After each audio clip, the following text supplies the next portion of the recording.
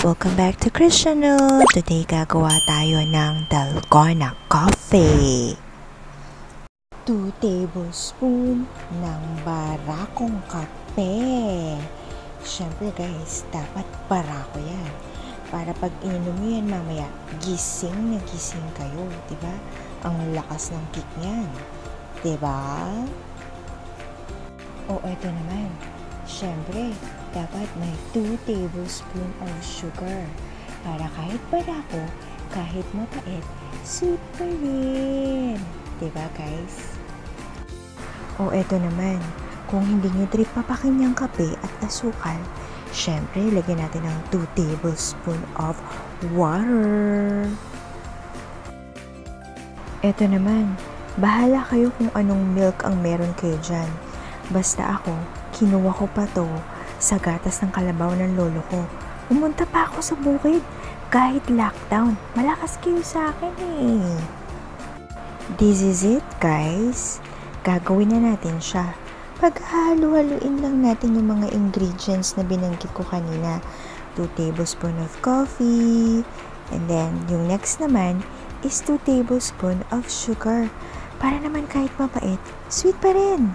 Diba? At syempre, sabi ko na, lagyan nyo ng water, 2 tablespoon din. Para naman hindi nyo papakin, hiya ko sa inyo eh. O tapos, ano susunod? Syempre, ito na ang simula. Struggle is real guys.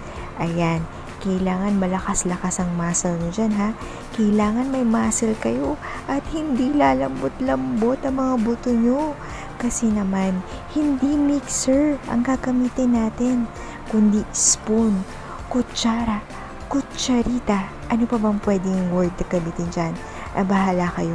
Basta yan, halu-haluin lang natin at kailangan mapagpasensya. Kailangan walang pawis na tutulo, ha? Kasi mag-iiba ang lasa niyan. Hindi na siya dalgona. Ano na kaya siya? Teka lang, wala akong maisip eh. Kasi nagko-concentrate ako sa paghalo nito. Ayan nga oh. Ayan oh. Diba? Halo-halo. O ayan. Nakikita nyo na ba? Medyo nag-iiba na yung kulay niya, diba? Nagmunga na siyang Milo. Pero kape yan guys ha. Kasi naghalo yung sugar at saka yung kape. O diba? Mag-pretend na tayo na kaya pa natin to. Kaya ko pang haluin to guys. Ititilt natin ng konti yung lalagyan. Para naman medyo pumilis-bilis ang proseso. Pwe, yan, kakandabulol na.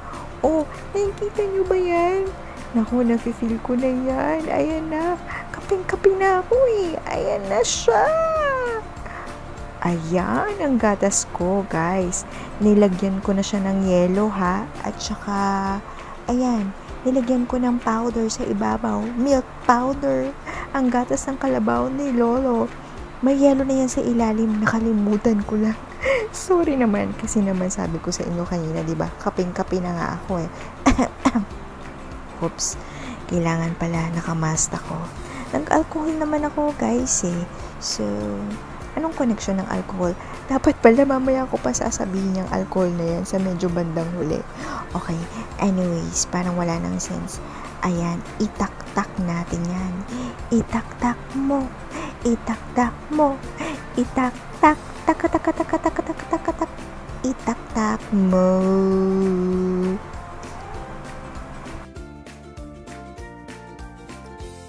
Siyempre, pagkatapos natin itak-tak, ikakalat natin yan. Spread lang tayo.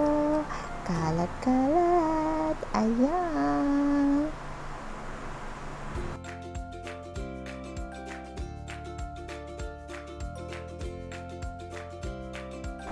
O ayan guys, sabi ko sa inyo eh, diba?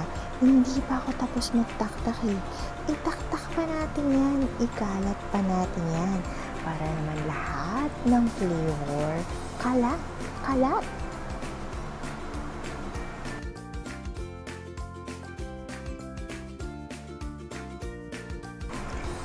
You know? Wow! Maniwala kayo sa sarili niyong version guys. Na ang version nyo ng dalgona ang pinakamasarap na dalgona sa buong mundo. Ayan, Tapos, syempre, sprinkle it with milk powder. Wala lang. Alam niyo yun, yung fairy dust. Ayan, na pwede kayong mag-wish kapag araw merong fairy dust na in-sprinkle nyo. Parang, okay, bahala na kayo. Basta mahilig kasi ako sa fairy, guys. Ayan na siya! This is it, guys! This is it!